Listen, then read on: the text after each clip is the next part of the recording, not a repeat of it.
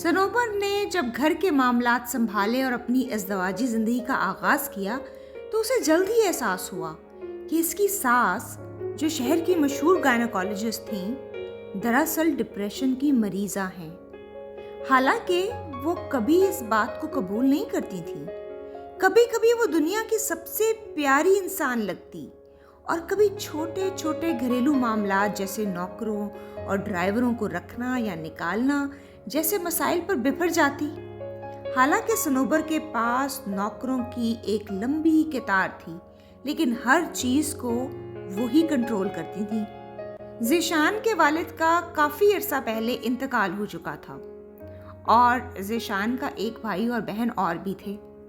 सनोबर की अपने शौहर से कोई ज़्यादा गुफ्तगू नहीं थी और होती भी कैसे। हर रात या तो वो दोस्तों के साथ पार्टियों में मसरूफ़ होता या फिर उनके साथ दुबई, थाईलैंड, इंडोनेशिया के सफ़र पर होता। वो सनोबर की कभी तारीफ नहीं करता था। शायद ये बात उसे मुस्तकिल परेशान करती थी कि इसकी बीवी इससे कदरे खूबसूरत और दिलकश है और सनोबर की दिलकशी ही उसकी सबसे बड़ी दुश्मन है, ये वो खुद भी महसूस करने लगी थी। ये कॉम्प्लेक्स ज़ीशान के अंदर मज़ीद बढ़ गया था क्योंकि इसके पास सिर्फ बैचलर्स की डिग्री थी और वो गाड़ियाँ खरीदने और फरोख्त करने का कारोबार करता था। मौरूसी जायदाद पर परवरिश पाने की वजह से इसके पास कोई करियर या प्रोफेशनल डिग्री तो थी नहीं और विरासती ज़मीन, इससे वाबस्ता दौलत ने इसे बेइंतहा बिगाड़ दिया था। ज़ीशान के बहन भाई भी कोई आम बहन भाई नहीं थे। वो भी दौलत की बर्तरी की कॉम्प्लेक्स में रहते और बिलाखिर दोनों ने अपने शरीके हयात को तलाक दे दी थी। पाकिस्तानी सकाफत में बहुत से लोगों का ये ख्याल है कि एक कमज़ोर शख्सियत को मजबूत बनाने का एक ही तरीका है कि उसकी शादी कर दी जाए, ख़ास तौर पे अगर वो मर्द हो तो। यानी हर मसले का हल शादी है। इसी कुलिये के तहत ज़ीशान की भी शादी कर दी गई थी। एक तरफ सनोबर का पागल ससुराल था और एक मुश्किल शौहर, इन दोनों से उसे निपटना था। वो एक इंतहाई मुश्किल ज़िंदगी गुजार रही थी। ताहम सनोबर के ख़ानदान और दोस्तों ने कभी भी इन तमाम मसाइल को संजीदा नहीं लिया था। वो हमेशा यही कहा करते थे कि वो दुनिया की खुशकिस्मत तरीन लड़की है। पाकिस्तान जैसे पसमानदा एशियाई मुआशरे में जहाँ ख़वातीन के ससुराल वाले मालदार हों तो वो खुशकिस्मत ही समझी जाती हैं। इस हकीकत पर कोई तवज्जो देने के लिए तैयार नहीं था कि आराम, शौहर और बीवी के दरमियान दोस्ताना ताल्लुकात, सुकून कितना अहम है इज़्दवाजी ज़िंदगी में। इस धोखे में ज़िंदा रहते हुए उसे अब 15 साल गुजर चुके थे। वो 2 बेटों की माँ बन गई थी। खुद को हासिल आज़ादी और पैसे की बहुत भारी कीमत अदा कर रही थी सनोबर। अपनी औलाद की परवरिश और तालीम पर भरपूर तवज्जो दिए बैठी थी क्योंकि वो वालिदैन में से वाहिद थी जो जज्बाती, नफ्सियाती और जिस्मानी तौर पर अपने बच्चों को मुयस्सर थी। उसने काफ़ी बार कोशिश की ज़ीशान को ये बताने की कि कम से कम वो बाप होने का किरदार तो अदा करे, कभी कभी पेरेंट्स टीचर मीटिंग में चला जाया करे, लेकिन वो सुनने के लिए तैयार ही नहीं था। बच्चों पर भरपूर तवज्जो देने के अलावा अपने घर को खूबसूरती से सजा रखा था सनोबर ने और उसके घर का एक एक कोना उसकी जमालियाती ज़ौक़ का अक्कास था। लगता था सनोबर ने समझौता कर लिया है अपने हालात से। बच्चों के अलावा वो अपना ख्याल रखती, फिटनेस क्लासेस ज्वाइन करती, स्विमिंग करती, जिम करती, जिस्मानी और ज़हनी सेहत का ख्याल रखती। सनोबर के लाइफस्टाइल पर उसके दोस्त, उसके ख़ानदान वाले, उसके ससुराली रिश्तेदार सब रश करते। ज़ीशान और सनोबर के दरमियान अक्सर लड़ाइयाँ होती थीं, लेकिन इन लड़ाइयों का कभी कोई नतीजा नहीं निकला था। गुस्से का तेज़ होने की वजह से ज़ीशान अक्सर गालियों पर उतर आता और कभी हाथापाई भी करता। शादी के एक तवील अरसे तक तो सनोबर ये जान ही नहीं सकी थी कि वो बाकायदगी से शराब नोशी भी करता है।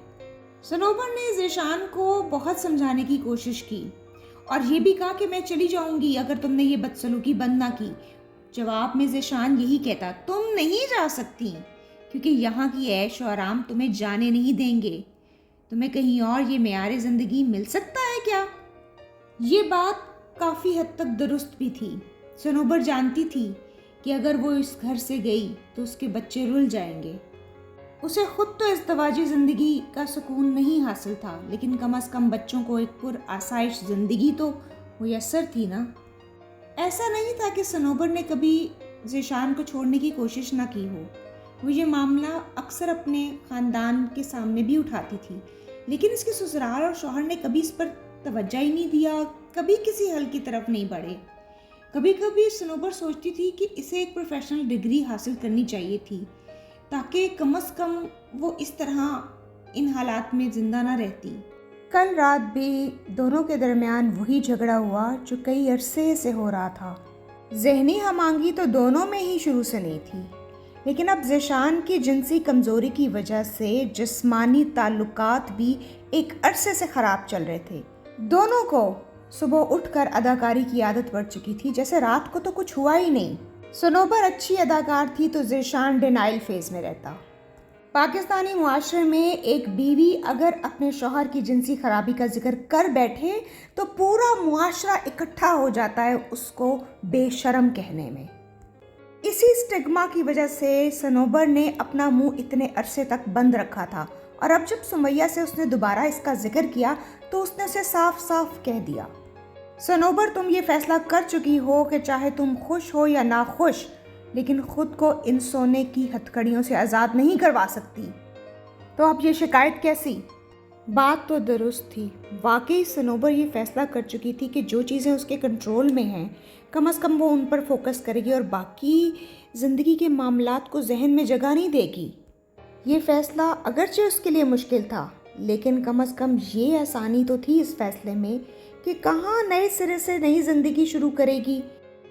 اتنا حوصلہ اور اتنی ہمت کہاں سے لاتی؟ سمیہ نے مزید کہا، دیکھو تمہاری وجوہات جو بھی ہوں، چاہے معاشرے سے ریجیکٹ ہونے کا خطرہ ہو یا بچے وجہ ہوں، لیکن تم یہ فیصلہ کر چکی ہو، یہ زندگی تم نہیں چھوڑ سکتی۔ میں مانتی ہوں کہ تم ایک اچھی زندگی ڈیزرو کرتی ہو، لیکن you can't have the best of both worlds.